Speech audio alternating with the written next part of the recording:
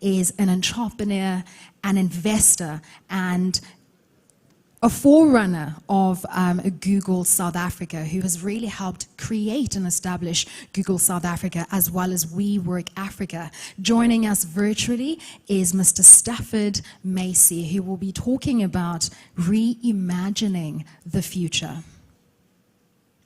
Thank you. Thanks so much for the opportunity. I just want to confirm that everyone can hear me. It's unfortunate that I couldn't be there in person, like Vusi was on stage there, but can everyone hear me clearly? Absolutely, sir. Loud and clear. Okay, fantastic, fantastic. And once again, I want to thank everyone for the platform, for the opportunity to engage everyone. Yesterday was quite an invigorating session talking about boards and the role of boards in this new dispensation, in this world of 4IR, and kind of what's the position of that as an oversight to leadership and moving forward.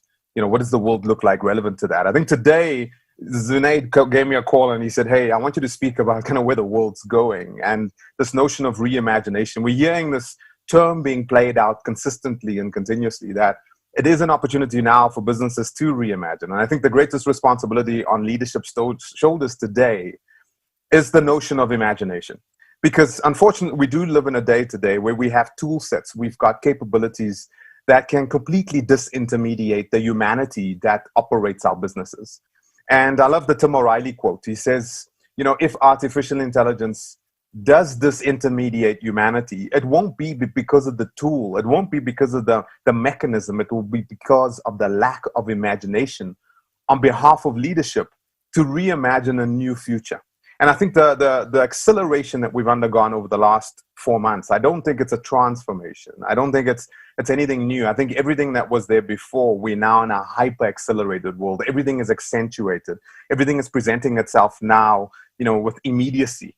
And the pressure on leadership to make calls in this dispensation is quite profound. Now, this is not new. Kind of when did it start? I almost want to rewind to the year 2007. I'll never forget, in the year 2007, 3 things happened. And I'd love to put up slides, but I think today I'm going to actually just speak. I think you folks may have seen slides from the various speakers, and there may be some, PowerPoint fatigue. So I'm just going to kind of speak to all of you just verbally, and versus just putting up these beautiful slides. So in the year 2007, something quite profound happened. I think 3 things happened. The first thing is, Steve Jobs got on stage and showed us the iPhone for the first time. And that device wasn't just a device that was beautiful to look at, etc. That was a presentation of a new way to do business that created a metaphor for all businesses thereafter to kind of repeat and do. And not many businesses have done it outside of the technology space. And even that's taken on another dispensational leap, which I'll allude to in a few minutes. But he got up on stage and showed us the iPhone for the first time. The second thing that happened in 2007, that was January 2007. The second thing that happened in 2007 was quite profound from a human population perspective. More of us lived in cities than we lived anywhere else on the planet. So urbanization suddenly became this 50+% benchmark on the planet. So more human beings lived in cities than anywhere else. And then the third thing happened. And the combination of these 3 things are quite profound. That the third thing was that in the working class, the demographic that made up the predominant was the millennials. So more millennials made up the working class. So they finally hit in 2007 that 50+% mark. So if you take a look at millennials representing the majority of the workforce, you take a look at the technological tool that was suddenly presented to them, you take a look at the notion of urbanization, and you combine it, and you start recognizing from 2007, just before February this year, that led to a lot of the technological shifts, a lot of the business shifts, and a lot of the value creation that you see today was those 3 tectonic mechanisms or ratchets that suddenly came together simultaneously within the same year, and it led to so much transformation. COVID-19 hit, and it's just the acceleration of those 3 things happening. And I think this is not a technological story only. This is a story about humanity. And that's one of the things I want to make very, very clear. When you're thinking about reimagination is not a technological story. It's not going into the room and giving your CIO a bunch of money to go buy more technological tools. That's not so. What leadership needs to focus on more now than ever before isn't technology, but more so humanity. Because technology's inference is more the focal point right now. It's not what it is, it's what it infers, what it means, what is the consequence of the prolific, transversal penetration of technology within society. what does mankind look like? What is the expectation of your consumer base now? That digital adoption from 2007 up until January, February this year was quite profound. Well, guess what? That hyper acceleration that we've gone through the 3-4 months is just accentuating those things. So what we see happening now is people that have traditionally never worked from home, would have never put their credit card into a mobile app, or would never have put their card into an e-commerce site. Now we suddenly see this mass digitization of humanity. I mean, the statistic that's quite profound for me was a study that was done across the major European markets. So Germany, France, the UK, Spain, etc. They took the 5 major markets there, and they took a look at remote work. And you know what the statistic is? It's quite profound. More than 55% of the people that were moved to go work at home due to the pandemic had never worked at home before. And suddenly businesses were giving them tools, laptops to go work at home, providing connectivity to connect. These people couldn't go out and shop, so they adopted e-commerce, mobile apps, etc. This mass digitization, I think the Okta study, and you can Google it online, and I've published it out on my Twitter feed too. This is the first tangible insight into how big the shift is. We're in G5 countries, or G8 countries, to see 55% of the populace suddenly hyper-digitized, deeply embedded, and in utilizing technological tools and platforms. Now we are going to see this tectonic shift. Now this tectonic shift, again, what I want to make very, very clear, is not a technological shift. It's a human shift. And to understand it is not to understand technology better, it's to understand humanity more. Now we are seeing businesses really struggling with innovation. You know, reimagine requires innovation. I love the benchmark that Accenture gave. It was one of my slides, but the benchmark for innovation that Accenture gave us is the following. It says, no matter what you are, here's the benchmark. Whatever you're doing right now as a business, whatever innovation you're working, project, product, that needs to represent 75+% of revenue in the next 36 months. Let me just repeat that. That's the rate of innovation, the standard rate of innovation out there. So if you want to benchmark yourself, you know, am I an innovative business or not? Ask yourself, whatever you're doing now as a business, is it going to represent 75+% of your revenues in the next 36 months? If you are not, then you're not innovative. Or you still have a ways to go to catch up, because that's the rate of change. We're living in a 36-month cycle right now. And I love that Accenture has captured it like that. Now, that innovation, how do you do it? It does require reimagination and imagination. But how do you do it? We live in a world today that is not about me, me, me, me. It's a world where it's about we. The opportunity for you to innovate with that acceleration, with that momentum, you can never do by hiring the best people in your business. It's impossible, because then you're thinking like an industrial revolution company, right? In the industrial revolution, it was the size of the building. The graduates that graduated from university all wanted to work for your organization that had the beautiful neon lights in the sky. They'd work there for 15 years and finally get the office in the corner on the 20th floor with the view. Well, that changed. Size didn't matter so much. Why? Because we suddenly had this notion of an information worker. We enabled people with information. We gave them keyboards, mouse, a screen, a tower. We allowed them to connect to the mainframe, etc., to disseminate information. That translated to the notion of a knowledge worker. So we went from this industrial complex to the notion of our staff and our people and making them information workers to knowledge workers. And what I hear a lot today is collaboration. People talk about being collaborative.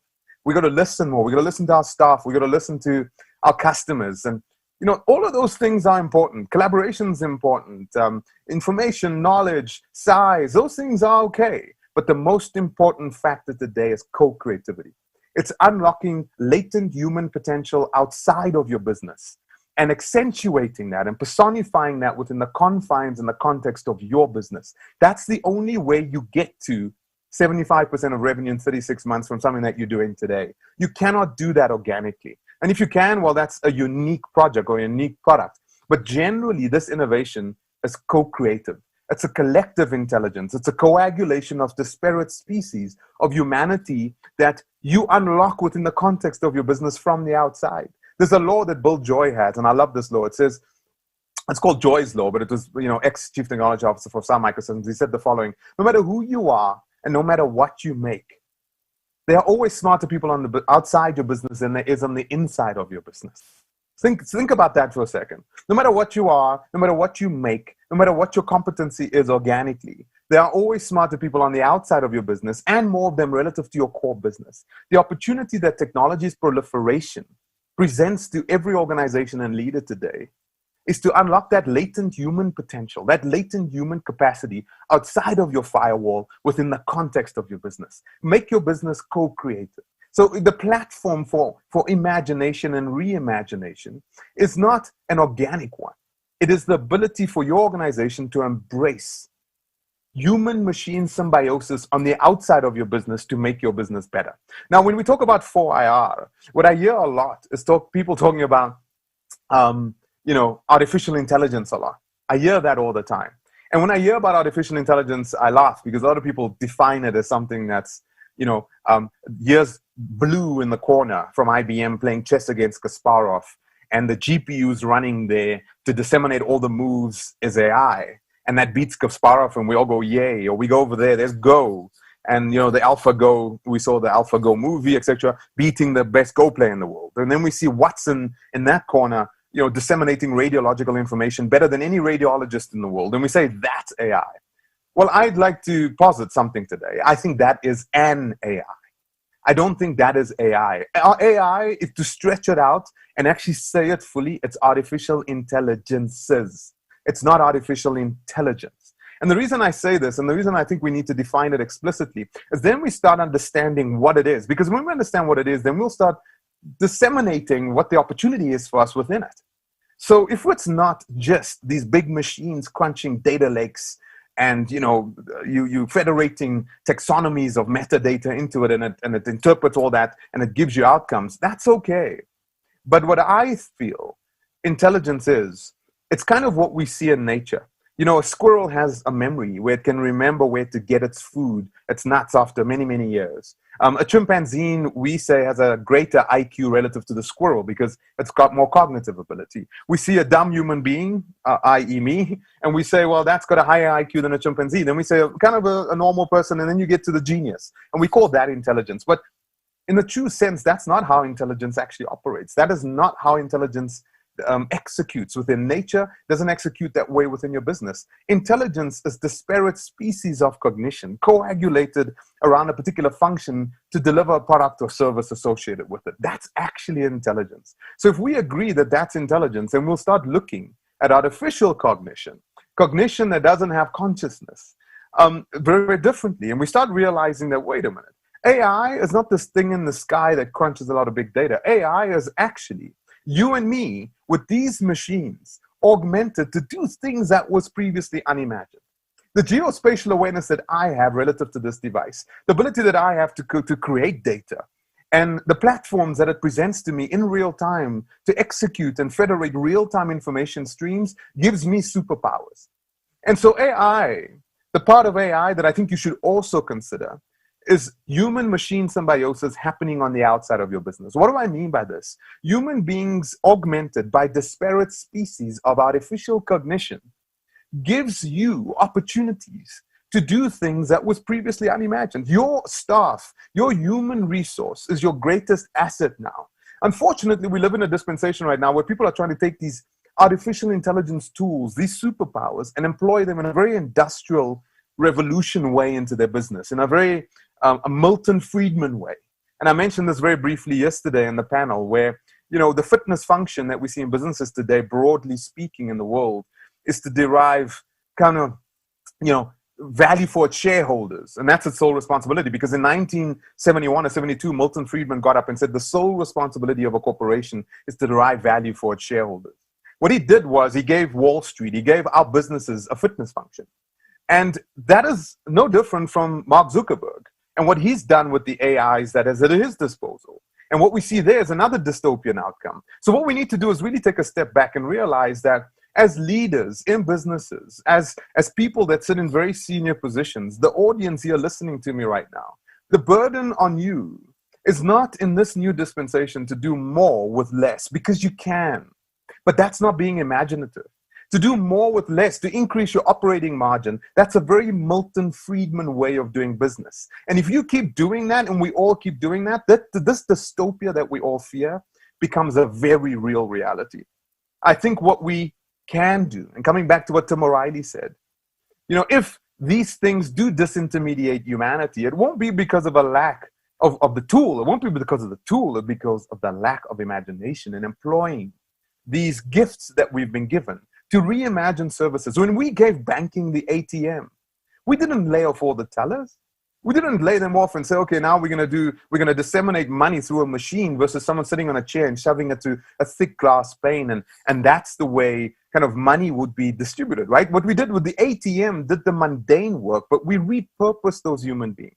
We gave them a keyboard, a mouse, a screen, a towel. We connected them to mainframes, to AS400s, to middle-tier software. And suddenly that human-machine symbiosis delivered services in the financial services space that was previously not there. It increased the portfolio of capability. It increased the lines of revenue. And I think that's what we've got to do with these tool sets today. The difference is, and the opportunity that you have, this is not about your budget. This is actually more so today about your philosophy. This is actually more about your leadership than it is about the amount of money that your CIO has to go and buy client access licenses from some multinational software provider. It's not that. What you need to understand is that humans want to express themselves within the context of your business. If you take a look at it, the most valuable companies in the world today are what? They're Facebook, they're Microsoft, they're Amazon, they're Apple. If you take a look at these businesses, I mean, their net combined value outstrips every other company on the S&P 500. I mean, if you take a look at not just their net asset value, the amount of attention, you take a look at their user base, their revenues, their efficiencies, their productivity rates. We've got 5 companies in the world that have an inordinate amount of power today. Where does that power come from? And we look at them as these companies externally, but if you take a look at them, they're actually co-creative platforms. They're architectures for human participation. What do I mean by that? If you go to YouTube, you take all our videos out of YouTube, what is YouTube? If you take all our content off the internet, what is Google? If you go to Facebook and you take all our stuff that we put into Facebook, what is Facebook? If you keep going, right, what is Amazon's AWS? If you take all the companies like Netflix, etc., that execute inside their cloud, if you take all those businesses out of there, what is AWS? But merely just a platform. You see, the new dispensation are businesses and leaders that understand that it's not me. It's creating APIs. It's creating architectures for third-party execution within the context of your business that generates a portfolio and stream of services that were previously unimagined. Who would have thought a bookstore online would become the greatest cloud business in the world today? And arguably, AWS is one of the most valuable, if not the most valuable business in the world today. And that's a co-creative story. But this is changing now, because even those businesses, as much as they are platforms, I mean, look at Apple. If we take all our apps out of the App Store, what's Apple, right? It's just a beautiful phone. But what makes it valuable is all this co-creation. It's us. It's not just Apple. It's you and me combined. But there's another notion that's playing out, and I call it, not just platforms, because everyone right now in the world wants to become a platform business, and they're imagining themselves as a platform business similar to Google, similar to Facebook, similar to Apple, or etc. But I think we've taken another tectonic shift, and what's being hyper-accelerated now is what I'm about to describe, is that it's not just about being a platform business. It's actually about being a business that's augmented by human beings on the outside that have these superpowers. The first instantiation of this, to personify it, is Uber. The Uber application is quite profound. Now, if you say Uber is just a taxi company with an app, you've missed it. Uber is what I want to term an algorithmic marketplace. It's a place where you and I are part of the network as much as the driver in their system is part of the network, as much as they and their AIs that execute in the cloud and execute against those big data stores. But it's all combined. They've got their big AIs in the sky executing against big data. They're reading information from us. They're reading it from the driver in the car. And this coagulation, this orchestration, kind of the resultant of that, I call an algorithmic marketplace. That's not a platform. A platform still feels very insular. The platform still feels like you come here and you do it in my domain. Whereas we're now in a dispensation where it's a little bit more complex than that. There's an added dimension to that. That's the opportunity to kind of cascade people in. So if you take a look at Uber, the search pricing, it works very simply. When it knows the density of people that will be asking for a cab outpaces the density of cabs in the proximity relative to its geospatial awareness, you know what it does? And it does that because when you install the Uber app, you keep telling it where you are. You render that, you're part of the system that your latitude, longitude is perpetually federated into their subsystems. So here you are about to ask for a cab. You look at the price, you see it's surge pricing. So it's more expensive than usual. And then when you ask for a cab, what happens? You see the pricing starts settling down because the AIs tell the drivers, hey, there's people over here that are going to be asking for, so please come closer. They start their engines, and as they do, the price settles back down. No one inside of Uber understands that algorithm exactly. No one inside of Google understands page rank and end to end. Why? Because these are businesses that are not just platforms. These are businesses of human augmentation. These are businesses that understand artificial intelligence as disparate species of artificial cognition that have augmented humanity to create a class of services and opportunities that were previously unimagined. The ability to go to any city in the world and get a cab within 3 to 5 minutes, that is unimaginable. But you couldn't do that as a platform. What you can do that is an algorithmic marketplace. So from a reimagination perspective, the greatest burden on your shoulders today is to open up your business and to let humanity cascade in. You have to let us express ourselves. Why? Because we are no different, and I'm going to end on this. We are no different from the human being that walked into a cave, put clay in their mouth, and put their hand against the wall and spat. That is exactly what social media is. Social media is not Facebook, Twitter, etc. If you actually look at the underlying humanity aspects of social media is an innate need that every human being has. And I'll describe this. And what I'm about to describe is the burden that every leader has in the world today because of technology. You have to understand what I'm about to describe within the context of your business, more so than ever in the history of economy, because of the penetration of technology. And what is that? That is human expression. We are no different from the people that walked into caves and drew on them. The difference with those walls is that they've become digital walls. I have a slide here that shows the number 86%.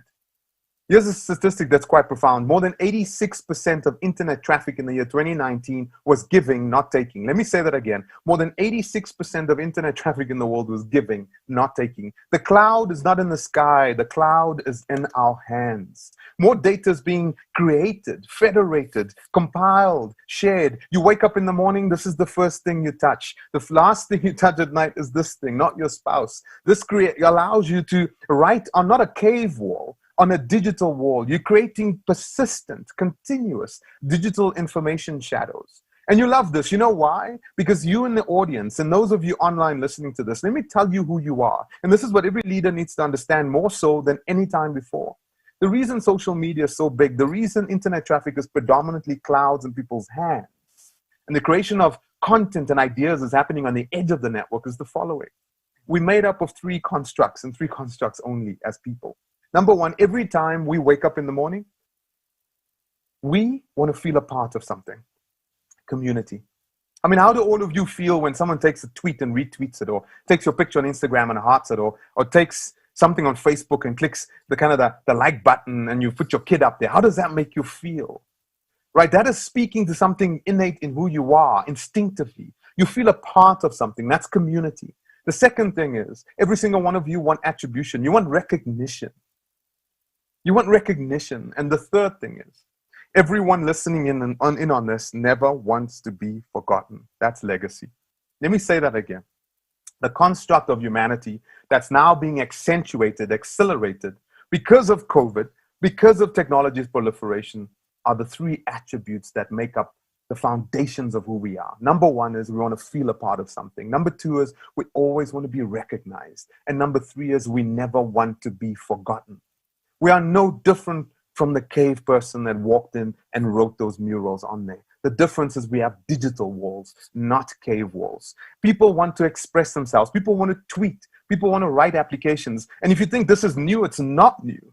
Open source software that I was involved in years ago was exactly this. Every glowing rectangle that every one of you are sitting with right now in your hand, if you've got an Apple laptop or you're using something in the cloud, all of that software is written by who? For what and why? That software is written by people freely. They give their time freely. And this is a phenomenon that's quite profound. People are willing to write software, fix software, invent software, repair software freely. Why? Because you know why? Because of those three things. And today, it's not just in the open source software world. If you're a manufacturer, it applies to you. If you're a bank, it applies to you. If you are in the medical industry, it applies to you. If you're in mining, it applies to you. You've got to understand can I create platforms, an architecture for human participation in my business to allow this human-machine symbiosis, this accentuation of AI on the outside that can now allow human expression to unfold in my business and express those three attributes, which is community, attribution, and legacy, never wanting to be forgotten. So I'm going to close on this. As much as it is about technology today, it's more so about humanity. The burden on leadership's shoulders today shouldn't be about understanding the tools better. The tools have proliferated, they're out there. It's now about unleashing latent human potential, augmented with these superpowers, to ensure that we don't have dystopian outcomes. You don't have to close your bank branches. You don't have to lay those people off. That's lazy thinking. That's industrial revolution thinking. That's you being subject to a fitness function that is no longer applicable because it can create dystopia. You need to create ecosystems, augment people to deliver services that were previously unimaginable. And let me finally end with how do you build an ecosystem? 3 rules.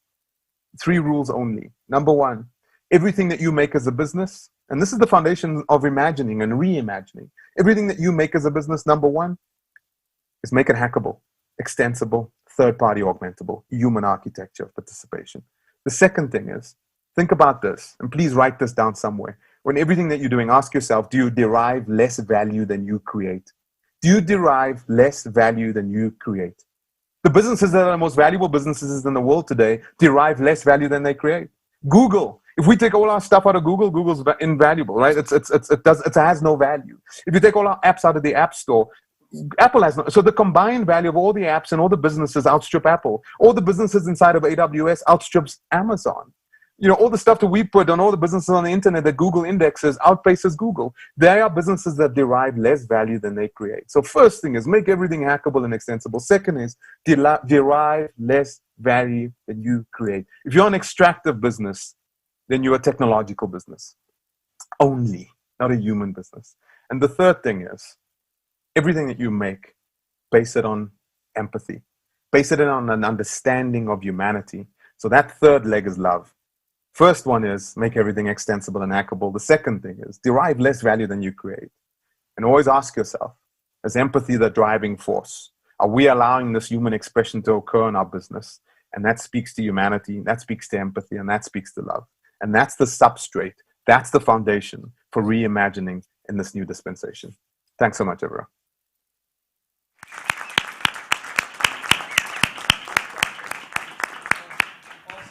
I can't hear if those are boos or those are claps or people have run out. I can't tell.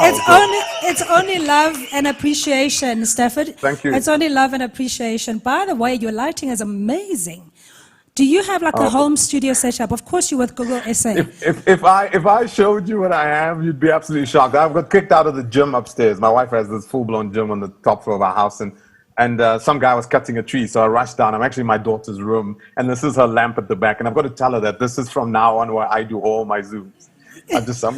But you know, because with the new normal, I think a lot of us have been caught off guard and then, out of our comfort zone. I was just saying to my co-host, Makotso, that this conference in Summit had made it easier, even for the born before technology generation, to interface with technology and not to be fearful and hopefully move away from the pretense that you know how to set up a webinar by having a bookshelf behind you. Exactly. Yeah. I do not have a bookshelf behind me. So it's not a prerequisite to have a bookshelf behind you. I don't know who started with that kind of protocol. Yeah.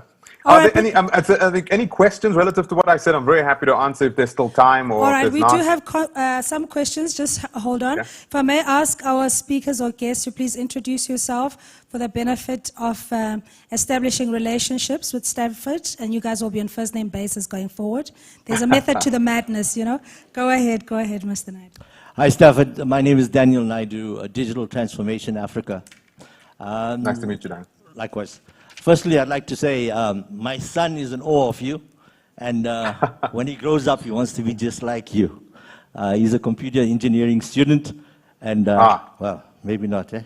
There's some shadows to Stafford. There are lots of shadows to Stafford. Yeah. My question is actually in two parts, relating to the same thing. Two of the biggest issues amongst the human race is psychology and prejudice. How do we now transform or relate that to AI? How do we understand the psychology of AI and the prejudice of AI when it comes to affecting the marginalized? We've seen these companies, Amazon, Google, Microsoft, make huge amounts of profits during this COVID-19 crisis or pandemic and take advantage. Maybe that's debatable. I'm sure they have an argument against that or pushback. But yet, the poor have become poorer and the rich companies have become richer. How do we now understand the prejudice of AI when it comes to affecting the marginalized? Thank you. I love that. It's a brilliant question, and I thanks for the opportunity to. I mean, it's a brilliant question, and I think that's the question of the day, not just in South Africa.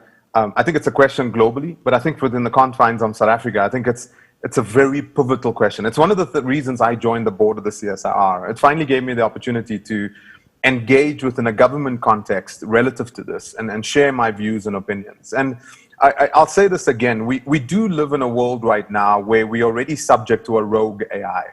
You know, we're waiting for a rogue AI to occur, and we think, you know, we talk about biases in AIs, and we talk about, you know, black people not being recognized by self-driving cars. There's one example, right? Simply because facial analysis and, you know, relative to your skin tone and the shadowing of your face. I'm working on some neural network stuff with some engineers on my side, and I can tell you what, that the core base algorithms that you find freely available, those neural network machine learning modules that you can download from some of the big vendors in the world, those things haven't been trained on black people. You know, so that wherever they've been trained on faces that are either Caucasian or Asian. So what happens is you suddenly have these tools that have been trained with, you know, consequential biases, not explicit biases, and that's probably the more dangerous one. I think the explicit biases are the ones that we, you know, that we can kind of cater from a law and a legislative perspective. I think the consequential biases, it's almost asymmetrical in a way. It's simply because it wasn't malintent. It was just a lack of thinking about it. And I think where we start addressing this is also, you know, why I joined the board of Advotech, and I'm very involved with the universities in South Africa and overseas, with the faculty. And what I'm trying to encourage deeply right now is that a lot of the sciences expose themselves to the humanities disciplines. And I think there almost needs to be a blend between those two competencies. And I think that's where we start addressing it, on the school level all the way, but definitely in the universities. Because I think the world is enamored by, you know, engineers and scientists right now, people that can get up and build social networks that are so sticky, that are so engaging. But now we start seeing, you know, dystopian outcomes relative to this. I mean, if you take a look at, I love the you know, Fantasia, Mickey Mouse. He's got the wizard's hat. He's got the wand, and then he gets the wizard's book, and then he taps the broom and he says, "Fetch me water." And then the broom goes off, fetches water. And he gives the broom that fitness function, and he falls asleep, and he wakes up, and he's in a vortex of water, and like, what the fuck? And then he's trying to undo the fitness function. And I think that's a metaphor for where Mark Zuckerberg is today.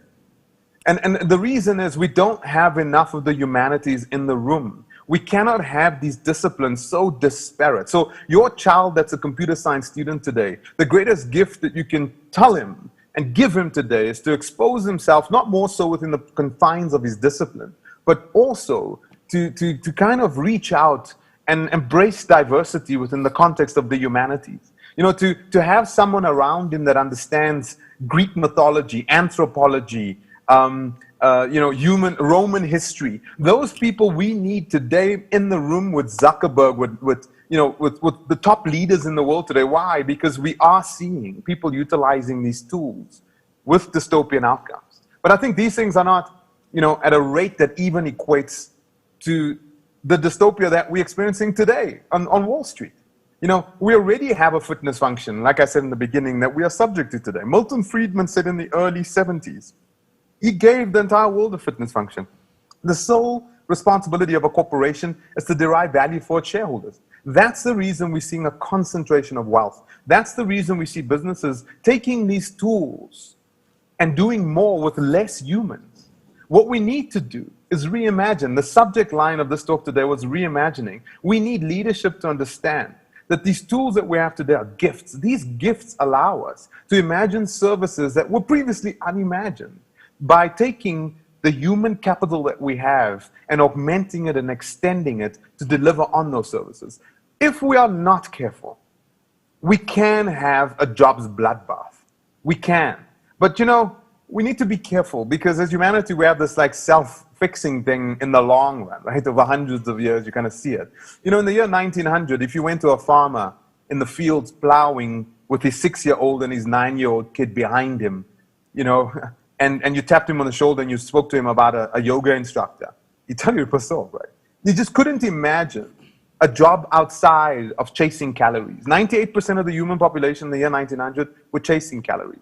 Today, 98% of the human population is dying because of too much calories. But yet, you don't find us in the fields, right? We destroyed those jobs. We let the machines do it. And when the machines do those jobs, it frees us up to do the things that waste time.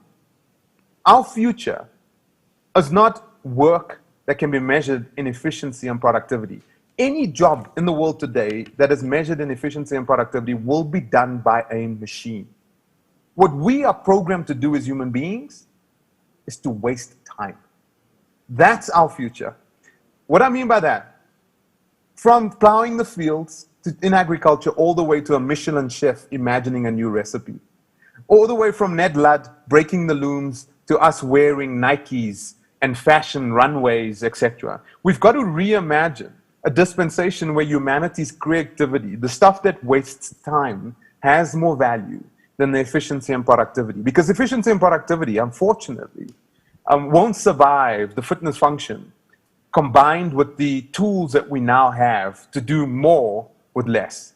So it's not about doing more with less. It's about doing more of what was previously impossible. And I think that requires imagination. And hopefully that answers the question.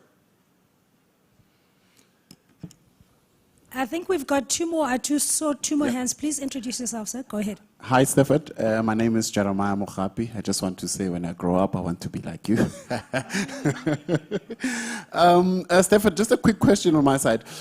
Do you think as South African businesses or entrepreneurs, or maybe the question should rather be, what do you think it would take for South African businesses to develop to a point such as your Apple products, your Facebook? I mean, we want to also export massive applications from South Africa. So what do you think it would take from South Africa to basically come up with all of these products, all of these applications and systems, and be able to then take it and really compete at a global level? Thank you. Brilliant question, and I'll answer this way. Don't do that, right? I don't think, so I got asked this question years ago, in a different way, but my answer was this. I don't think the next Facebook's gonna come from here. I don't think the next Apple's gonna come from here. I don't think the next, the next Google will come from Africa. I think the next Google of water purification will. I think the next Apple of financial services will. I think the next, Amazon of some new technique to deliver something that has a true human impact will. I think the promise of Africa is not to do what's being done elsewhere, but to take a look at the problems. Because I can tell you what right now, those, building a phone and doing those things, are building a social network, you're never going to be successful in Africa because there's a scale problem, right? So as an investor in some technology startups, I look at this and I realize that, yes, it would be really cool because it'd be better than Facebook, or here's a better Twitter. But you just don't have the scale in Africa. So it doesn't mean you leave as an innovator. You actually stay because Africa presents an opportunity to innovate and invent around human challenges. And what I've experienced as an entrepreneur on this continent, and a lot of people say, why are you still here? Why haven't you left? You know why I'm still here? It's because everything that I've invented and built here, organizationally speaking, was subject to the greatest challenges that any geography in the world would present. So literacy, massive issue in Africa. Energy, massive issue. Price sensitivity, massive issue. Security, a massive issue. All these environmental, these terrestrial challenges present an opportunity for us to filter out the noise and focus on conviction-led innovation and invention. And when you conviction-led, these things you overcome, and when you overcome them in Africa, you have replicity anywhere in the world. I remember building the payment pebble and how difficult that was, and how we thought it couldn't be done. And when we finally overcame that, we went to Australia, and it was so simple because everyone spoke English and everyone was a certain LSM. Everyone could afford, and all the challenges that we had in Africa weren't present there. And I think so. So I think Africa presents an opportunity for you to focus your innovation and invention on human impact. But the only way you survive here is when you're led by conviction, not opportunity. And that's it's quite a profound thing. So it's so much the people here, the team that's built, not the product, because you pivot so much in Africa because of all the challenges that you have. So this is a place where you stay to build things that are rugged, that build things to truly. If you can get scale here, anywhere else in the world, you're going to get hyper scale. And that's the opportunity that Africa presents. And I'll just end it with this. I think the next billion people connected to the internet is going to come from our continent. I mean, that's statistically speaking, the only next billion comes from Africa, what's left of the human population. And what's encouraging right now is not seeing people just connected. It's actually people seeing people connected to artificial cognition. And I think when you connect human beings to artificial cognition, you suddenly, that human-machine symbiosis creates something that is quite profound. So as much as connectivity has delivered all of these incredible businesses, I think Africa, if you take a look at the innovation and invention that's happening here, I mean, like I said before, I'm on the board of the CSIR. What's happening inside of the CSIR is profound from an invention perspective. What we're working on, I mean, it's incredible. And it's got nothing to do with, a social media network or eyeballs. It's human impact-led innovation. And I think this will be Africa's impact on the world. It will be our innovators, our latent human capital, suddenly having these tool sets to kind of in a wise crowd way coagulate around our greatest challenges. And when we overcome them, I think it will have a global impact. So that's my view. I think we shouldn't have the next Apple here. We should have the next Apple of water purification here, which we will. And so I lean more on the positive side because I see a lot of that invention and innovation on the platforms where I sit and where I engage. And I'm very encouraged by what I see. I'm not sure if you answered, Jeremiah, but Stanford, I just want to take it back. I think it was in day one. And if we recall, the question was around how do we move from a Eurocentric way of imposing innovation, if you like, as opposed to being leaders in this space, so that Africa is not just a dumping ground, and those were the words, and we are not perpetuating consumerism. There's a product, if I'm not mistaken, it's called Mara. A cell phone, you see it being advertised around, and I think that is African-made. I'm not sure about which country, but I know, locally there's been young people who have been, tinkering with some form of a smart device. Why is there not enough focus and investment in those kind of inventions? So let me answer this two ways. And I'm really thinking about this answer carefully. So the first way, I would say, consumerism, kind of Western view of the world, etc. I think those are things that we just got to accept is going to be there. Our young gets influenced by, songs, by movies that they watch, etc. So, and I don't think that's really necessarily a bad thing. I think the question is how do we, and I think those are opportunities, to express an African notion, but I'm not gonna stay on the bottom of this. I'm actually gonna just surface this a little bit higher. I think the future really requires, empathetic, profound leadership moving forward. I think that's what we lack on the global stage right now. And I think the reason this pandemic is so, scary. I think the reason we're seeing so many, political shifts in the world, etc. I think we definitely have a lack of true leadership in the world today. And I think, Africa's always kind of suffered from this. We have our icons. We've got Madiba. We've got those folks. And I think what we need to do is kind of cast our minds back to folks like that. And I think we need leaders like that. I think we need to develop leaders like that. I think we need to make sure that our leaders don't think in a Western way. I think we need to make sure that our businesses don't operate only with that fitness function. I think what we need to think is about new fitness functions. And I think that comes from leadership. it does take innovators on the ground to understand that what they're building is an opportunity. And unfortunately, again, in Africa, there's no venture capital that's truly mature. You have to kind of go to angel investors, and you're stitching things together. But, as an innovator in this market and an entrepreneur that has had a couple of successes, again, I say that's why you stay. Because Africa doesn't allow you to just have fun.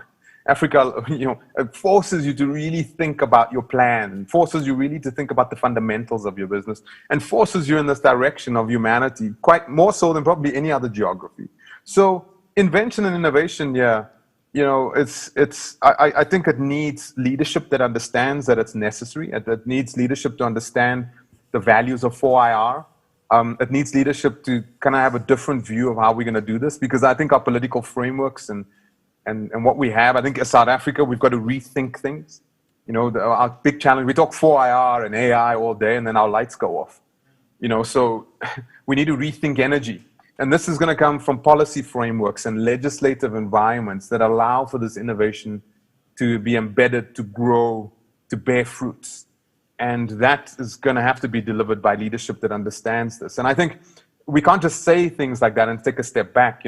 I've been saying it for a few years now. As the ICT industry leaders, we need to come together and approach governmental leaders and articulate these value propositions a whole lot clearer than what we see today, within the context of them seeing and deriving political capital out of it. Because I think that's the only way we change them into the direction that we want them to go. And, that's why I joined the CSIR. That's why I sit on some of the 4IR commissions on a provincial basis, and I deal with the premiers, etc. And what I'm trying to do in the room persistently is showing them that not just the impact, but the political capital behind this. And I think as ICT, as an industry in South Africa, we have not done a good enough job in a cohesive way, come together and approached government with this notion of kind of bringing them along. We haven't. We seem to fight. And I don't think that's really bear the fruits that we can. Whereas the leaders today, they come from the World Economic Forum and they say Fourth Industrial Revolution all the time, right? I tweeted out the other day, every time a politician says Fourth Industrial Revolution, like a beautiful baby panda gets murdered violently somewhere in the world. Simply because we use that term so often. But I think it's an opportunity, because that term's being used, for us to engage in a very meaningful discussions and understanding that the drivers of leaders in certain positions is political capital, and how can they derive political capital from this? And I think that starts creating a framework where we got the necessary, legislation, incentives, tax schemes, and architectures to actually deliver on this. Because I think that's where we fall short in Africa. But I think it's an opportunity, because the world hasn't, AI. Here's the thing with AI and this Fourth Industrial Revolution thing, right? The stat I saw the other day. Global penetration in enterprises today sits below 5%. We know it's a multi-trillion-dollar, opportunity, and its penetration in the world today in enterprises is below 5%. I think IBM gave a number at a 4.3% penetration of these tools in AI. So it's still early. We're not too late. The AI. I believe we'll see the next trillionaire. I see our first trillionaire in the world. We will see in the next 5 to 10 years, and it will be the human being that kind of delivers the AI that's broadly the AI that we all use. And AI is like running water. I think that will be the person that's the trillionaire. And it will be interesting to see where that person comes from. I guess what I'm trying to say is it's not too late. We got to start with leadership. We got to articulate these frameworks. We got to show the political capital and the fruits. And I think once we have that, then we can have, frameworks where venture capital will exist because it makes sense. We'll have investments because there's tax incentives associated with it.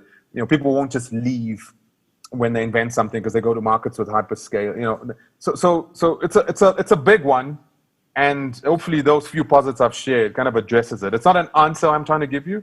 I think it's a problem that we're all wrestling with, and I think it's a death by 1,000 wounds on this one. I don't think someone's just going to come up with a magic one, but I do think it starts with leadership that truly understands the value proposition here, and it's going to be up to us to ensure that the leadership that we have today, we bring along.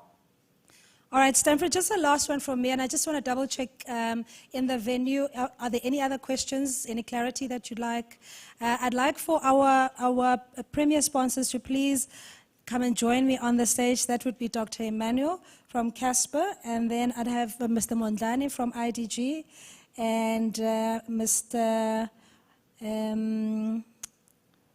Tamsanga Makubela from Sakra to come and join me, please, on stage. And then we'll just give Stanford I know you said it's not about the answers, but the ICANN Foundation, ICANN 4IR summits, and before it became virtual, in the past 20 years has always been about networking. So you need to walk away with having had either an answer or something to build on. So if you came here as an aspiring, a technocrat or an engineer or whatever it is that you wanted to innovate, where are the opportunities and how does one unlock those? Very briefly, please. Sure. I think what you need to do is first of all, from a business opportunity perspective, I love the saying, we'll only run out of work when we run out of problems. And then we have a lot of problems. So I think our environment in South Africa presents an opportunity to innovate and invent in extraordinary ways. I think COVID, there's so many opportunities that I see in databases. I've actually decided that in this coming week, I'm going to start tweeting out, why doesn't someone kind of think about solving this one? There are just so many problems, on a poverty basis, on a water basis, on a nutrition basis. There's so many opportunities, and thereby the business opportunity exists because of that can have meaningful impact. So look around, look for problems, but focus on the conviction. Don't focus on an opportunity. A lot of the success that I've had and the success that I see others have is not because they built something because they wanted to, gain market share or make a lot of money. It was because, the conviction really led. When I did the little payment pebble, I did it because someone lost a baby because they couldn't make a payment. And I experienced that engagement with that woman that lost the baby. And I just decided this is absolutely crazy. I needed to do something about this. And that led to a world first, that payment pebble. And we shipped it globally all over the world. Visa took an equity stake in it. And we raised capital. And it was an amazing story. But I can tell you what, we failed tremendously. And what I will say to young people out there and people that are looking to do this, when you are a conviction-led entrepreneur, it's not easy. You're not in the easiest terrain. And so sometimes you've got to go wash cars. You've got to go do the asymmetrical revenue generating things to come back again to deliver further on your idea. It's not easy. Don't sit back and expect government to give you a handout to make it happen. It's not going to happen. The tool sets are all available. It's never been easier to gain access to the knowledge, to learn, to download things and to play with them and to mess around with them and hack them. It's never been easier in the history of humanity, considering what we have at our disposal today. So, learn to learn, learn to relearn, learn to reimagine, and focus a lot of the efforts on finding human impact that speaks to your conviction. Because when you build a business led by conviction, it's incredible the human beings that you will build up around your business, because they won't come and work for you. They won't come and work because of the products. They'll come and work because that conviction is what also leads them. And that's a great way to build sustainability in your business. It's a great way to build the team, because you know what happens when you have a team like that and you run out of money? You all go off and you agree we're going to come back later when we do have money. It's incredible how you don't lose people, because they're there not because of any monetary gain. They're there because of the value, or the values and the purpose. And that's the driving force around millennials today. It's purpose. They want to, what's the purpose here? What's the conviction here? And I think that's what and in Africa, there's so much to go around within this context. And it's just, opening your eyes, getting off your butt and kind of doing it, because the tools are there. They're generally freely available. The ability to learn these things, and specifically in my dispensation in the ICT arena, it's never been more prolific and more available. So to have that impact, it's never been easier, but the question is, do you have the conviction to go off and drive it to closure? Thank you so much again. We appreciate your time and your insights, and I'm sure we'll be engaging more in these virtual platforms until we find the solutions that, as you're saying, are perennial on a daily basis, but with purpose and the right attitude and the necessary commitment, we are able to resolve those. Thanks again for your presentation. Thank you.